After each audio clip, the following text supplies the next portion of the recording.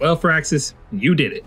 You made a turn-based action strategy game with deck building mechanics that I actually enjoyed. Marvel's Midnight Suns understands the god-tier powers that make superheroes fun to watch. The savage weightiness of a Hulk smash appropriately sending a Hydra soldier through a stone wall, or the satisfying way enemies are yeeted into the sun by your friendly neighborhood Spider-Man, and even the powerfully dynamic slashes of Magik's sword cutting through space and time into Limbo really sell that superhuman, excelsior of it all. Smack that together with 1 part XCOM the card game and 2 parts Marvel's Persona, and you've got a turn-based strategic RPG that reaches heights far beyond my expectations. All this excellence is wrapped up in an intriguing story of family, apocalyptic prophecy, and the friends we made along the way.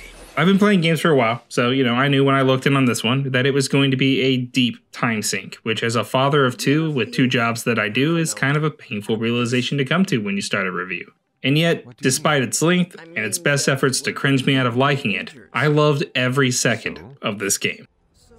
After the resurrection of an archaic ancient evil igniting the start of a doomsday prophecy that leads a winding path of death and decay that comes to a stop at the foot of an elder god's chaotic wrath. The Midnight Suns, alongside a disjointed team of familiar faces like Iron Man, Doctor Strange, and even Spider-Man, must raise the Hunter, aka your character, from the dead to stand once again against Lilith. Firaxis has brought its tactical, strategic gameplay over from the XCOM series, offering a chess-like cerebral sense of strategizing. Luckily for me, they did ditch the cover system and expansive maps and random chances for more intimate, focused combat arenas. Alongside that, Midnight Suns uses a pretty fun deck building system that effectively works like spell slots in an RPG. You get 3 card plays, 2 redraws, 2 moves, and 1 item, at least initially, giving you plenty of room to make use of the best cards to chain the most effective damage out. Each character has an array of card attacks, skills, and heroic abilities that leverage their unique talents, and you can really feel the power of each character grow to higher and higher measures as you accrue and upgrade new cards.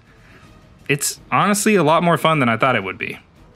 Now, most games feel slow when incorporating this kind of gameplay, but man, Firaxis nailed the pacing of movement and action. This keeps matchups feeling frenetic and action-packed while giving you all the time you need to find the best move for the situation. Every card has a special animation that brings out more personality from each character, and the battles look beautiful as they play out. Magik's portals create fun ways to knock enemies around while Captain Marvel goes binary, offering her additional protection. I mean, everything here feels like the perfect fit for a superhero brawl. I love seeing the ways characters took down and combined to take down enemies. Blade staking a demon through the heart, applying bleed damage, so that Captain America can slide in with a shield and bounce off like 5 dudes and take out most of the field, and it's exhilarating every time. Then you add in the environmental actions like using crates for 6 smackdowns or dropping a light post on a Hydra soldier, and you're just gonna have fun on a playground of opportunity. While the gameplay is excellent, the game does fall short in the visual presentation sometimes. Though adequately rendered and decently detailed, the characters often have those "I'm not really sure you really see me" kind of eyes, if you know what I mean.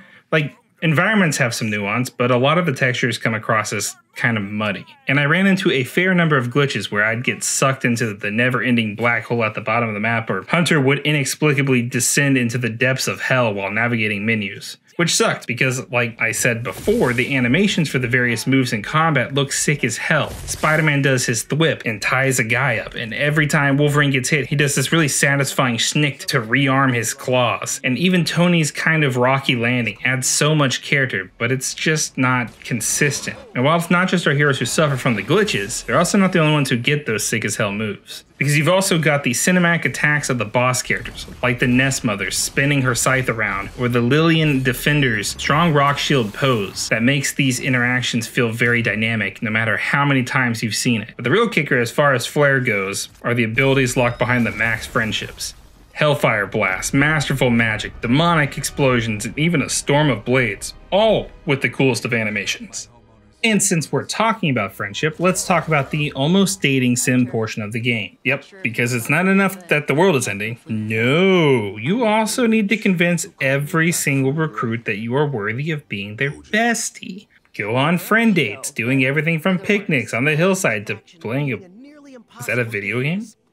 I weirdly think that I'm not sure the developers know what games look like other than the one that they made, because like what am I even looking at here? Anytime. Anyway, there are benefits to giving gifts and being chummy, as each level of friendship boosts stats and offers passive abilities, making spending time with your favorite heroes a must if you want a powerful, well-balanced team. Unfortunately, that means you'll have to sit through the dialogue, which is at times beyond cringy, like a bad fanfic where Iron Man talks about how cool and sick you are, and Wanda swoons over your deadly good looks. Interactions with staples like Spider-Man, Magik, and Captain America feel the most natural, but man, some of the things these heroes say to you are just so poorly conceived. More importantly than that, how dare you bring me into this game, force me to get attached to these characters, let me flirt with them, and then force me to be friend-zoned by everyone?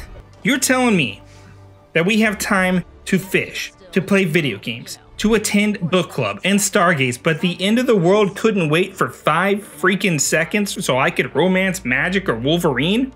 Fine. At least his interactions grant you one of the many types of resources used to upgrade, enhance, and style up your team. Which, at first, seeing all these resources, I felt a little overwhelmed, but I quickly felt relieved at the ease of applying and earning them. All this friending and training happens at the Abbey, a sort of hub area where all the Doomsday summer campers gather, decostumed to live and chill in between missions. Exploring this space reveals mysteries to uncover and lore to discover as Agatha Harkness's ghost tries to help you understand both the past of the Abbey as well as yourself. It's a mostly enjoyable excursion into a hauntingly painted area, but man, it sure is boring sometimes. You'll find no wandering NPCs or new side quests out there, not really. Just lore pages and new areas to take your not dates on future dates. The mystery part is cool, but not much else is there for me. Though I did enjoy the puzzle-like challenge modes you unlock for each playable character upon reaching a maxed out friendship, offering up some great mind games. That being said, the superheroes of both Magik and non-Magik variety coming here forces some really fun interactions as teams and egos clash. Ideals are challenged, and ultimately, it's you and the power of friendship that must unite them against the threat of Lilith. The Queen of Darkness's lieutenants range from crossbones to venom, bringing familiar faces drenched in demonic power to battle. I loved seeing Peter Parker fight to spare Eddie Brock at every turn despite all the bad that he was doing. Doctor Strange struggling with his own failures at the beginning of the game, and even Tony Stark having to admit his faults, really makes these characters fill out this extraordinarily lived-in world. In spite of its harrowing situation brought on by supernatural forces, Midnight Suns never gets too serious or takes itself that way, and remains a fun, lighthearted, bombastic ride from start to finish. If you love Marvel, you'll love these versions of these characters. If you love XCOM, you'll love the challenge and familiar formula this game brings with it. With this entry into the Marvel gaming pantheons, Firaxis has shown they not only make great strategy games, but an amazing superhero game. I can't think of another team who could have pulled this one off, honestly, which is why I'm giving Marvel's Midnight Suns easily an 8 out of 10. I hope we get another one of these adventures real soon with this team because I had a fun time. For more game reviews and news, subscribe to Hardwired. I've been Andrew Hamilton, and I'll catch you next time.